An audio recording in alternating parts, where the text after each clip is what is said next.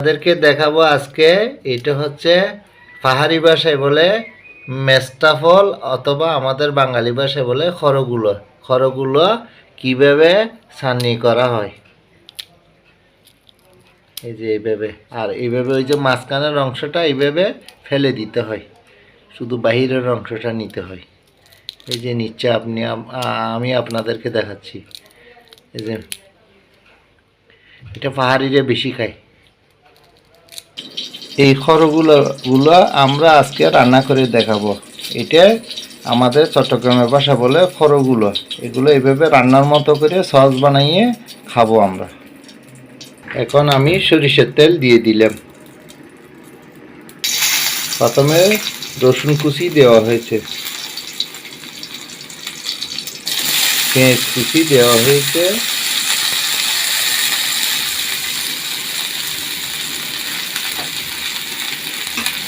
এখন টমেটো কুচি দিয়ে দিলাম,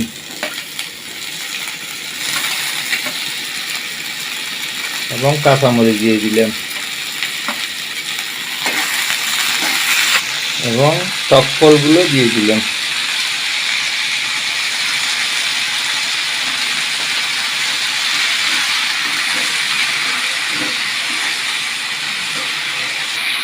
পরিমাণ মতো লবণ দিয়ে দিলাম, পরিমাণ মতো হলুদের গুঁড়ো, একটু করে স্বাদের মশলা, একটু করে জিরে ধনিয়ার গুঁড়ো।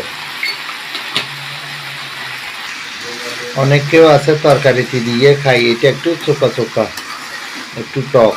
এটা তরকারিতে দিয়ে কচুরলতি যেমন কচু এগুলোতে গলা না ধরার জন্য এগুলো দিয়ে খাই। পাহাড়িরা একটু বেশি খায়। এটা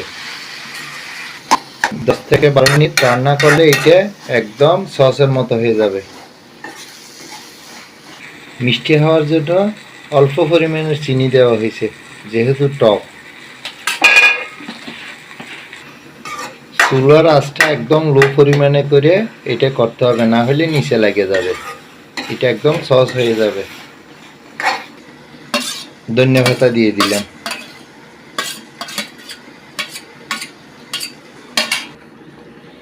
আমাদের টক ফল হয়ে গেছে। এইভাবে আপনারা বাসায় বানিয়ে খেতে পারেন এবং মেহমানকেও দিতে পারবেন। যদি আমাদের ভিডিওটা ভালো লাগে আপনারা সাবস্ক্রাইব করবেন, শেয়ার করবেন, লাইক দেবেন পরবর্তী ভিডিও দেখার জন্য।